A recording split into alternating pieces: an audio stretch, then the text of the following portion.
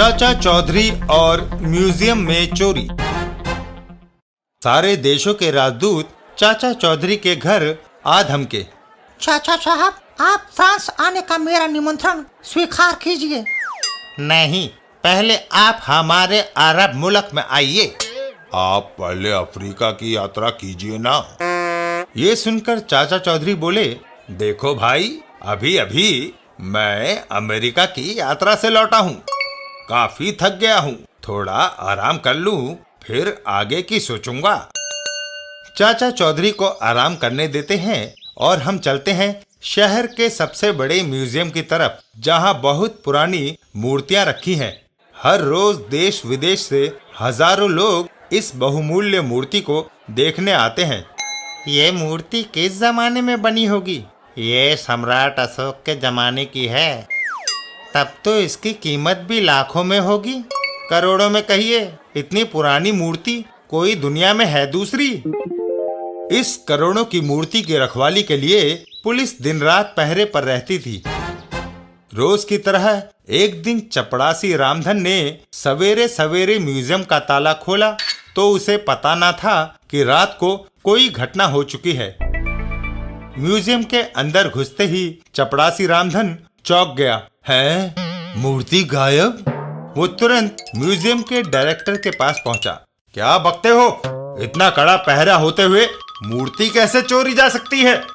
Director तुरंत police को phone मिलाता है। Hello police. पुलिस का गुप्तचर विभाग सक्रिय हो उठता है। पीछे की खिड़की का शीशा टूटा हुआ है, इसमें से हाथ डालकर चिटकनी खोली गई। वह चोर अंदर आ गए। जासूस म्यूजियम के पीछे जाते हैं। थोड़ी दूर जाने पर उन्हें एक लाश मिलती है। अरे ये कौन है? रात को पहरा देने वाले सिपाहियों में से एक है। लगता है चोर ने उसे गोली मार दी। रात को जब चोरों ने गोली से उस सिपाही को मारा या खिड़की का शीशा तोड़ा, तब दूसरे सिपाही मदद को क्यों ना आए? रात को म्यूजियम में 20 सिपाही तैनात होते हैं, पर सबका कहना है कि उन्हें कोई आवाज नहीं आई। यहाँ कारों के टायरों के निशान है। जिधर ये जाते हैं हम उधर उधर चलते हैं। चोर कार में मूर्ति ले गए होंगे। थोड़ी दूरी पर कार के निशान गायब हो जाते हैं।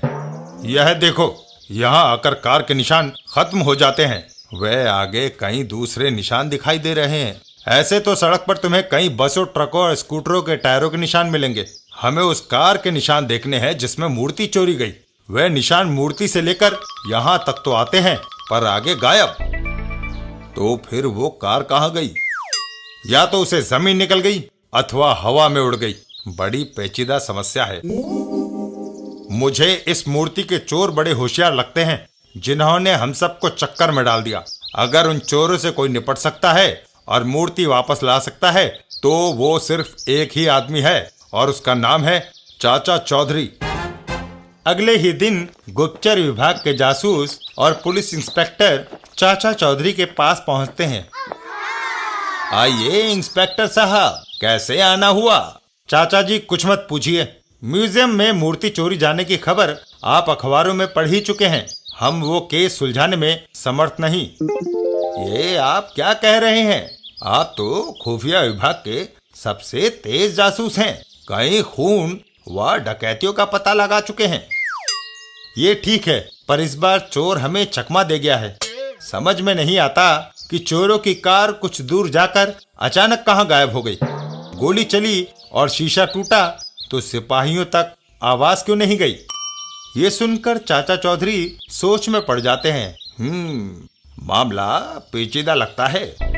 चाचा चौधरी उनके साथ म्यूजियम की ओर चल देते हैं। चाचा जी, मैं भी चलूं आपके साथ? नहीं साबू, इस मामले में ताकत की नहीं, अक्ल की जरूरत है। जरूरत पड़ी तो तुम्हें बुला लूंगा। म्यूजियम में चाचा चौधरी जांच शुरू कर देता है। यह देखो, यहाँ पर उस चोर के कुछ बाल गिरे पड़े हैं। बालों से हमें क्या लेना? चाचा चौधरी बालों को जमीन पर से उठाते हैं। ये बाल लंबे और सुनहरी हैं। इससे पता चलता है कि चोर महिला है और विदेशी है। लंबे बाल तो लड़कों के भी हो सकते हैं। चाचा चौधरी जमीन पर बने निशानों की ओर इशारा करते हैं। ये देखो, उस चोर के पैरों के निशान, ये छोटे और नुकीले हैं। इससे फिर साबित होता है कि चोर महिला है। उसने सैंडल पहन रखी थी। खिड़की का बाहर से बायां शीशा टूटा है। चोर ने बायां हाथ डालकर चिटकनी खोली। इससे जाहिर होता है कि चोर लेफ्ट हैंडर है। चाचा चौधरी सबको लेकर म्यूजियम से बाहर की ओर चल देते हैं। आओ अब बिल्डिंग के पीछे चले। बिल्डिंग के पीछे पहुंचकर, डायरेक्टर साहब, उस रेलवे लाइन से रात को कोई गाड़ी जाती है? जी हाँ, एक एक्सप्रेस रात के 12 बजे और उसके 10 मिनट बाद एक पैसेंजर ट्रेन। अच्छा, तो अब सुनिए कि गोली चलने और शीशा टूटने की आवाज क्यों नहीं सुनाई दी। जब पहली ट्रेन गुजरी तो चोर ने गोली मारकर सिपाही को सुला दिया। दूसरी ट्रेन गुजरी तो शीशा तोड़ा। ट्रेन की आवाज में दोनों आवाजें दब गई और किसी को कुछ पता न चला। ये सुनते ही सभी हक्के बक्के रह गए। पर चोर की कार के निशान कुछ दूर जाकर गायब क्यों हो गए? क्या वो कार हवा में उड़ गई? वह चोर महिला पकड़ी जाएगी? इन बातों का जवाब मेरे पास है, पर मैं चाहता हूँ कि आप खुद देखें कि चोर की कार कुछ दूर जाकर कहाँ गायब हो जाती है। उसके बाद हम चोर को पकड़कर आपके हवाले कर देंगे। चाचा चौधरी का दिमाग कंप्यूटर से भी तेज चलता है। चाचा चौधरी म्यूजियम के डायरेक्टर से बोले, डायरेक्टर साहब, आप 2 काम करें। मूर्ति के फोटो आपके पास होंगे ही, उन्हें दिखाकर वैसी ही मूर्ति बनवा लें और जैसा मैं कहूँ वैसी खबर अखबार में छपवा दें। ये देश हित की बात है। संपादक आपको सहयोग देंगे।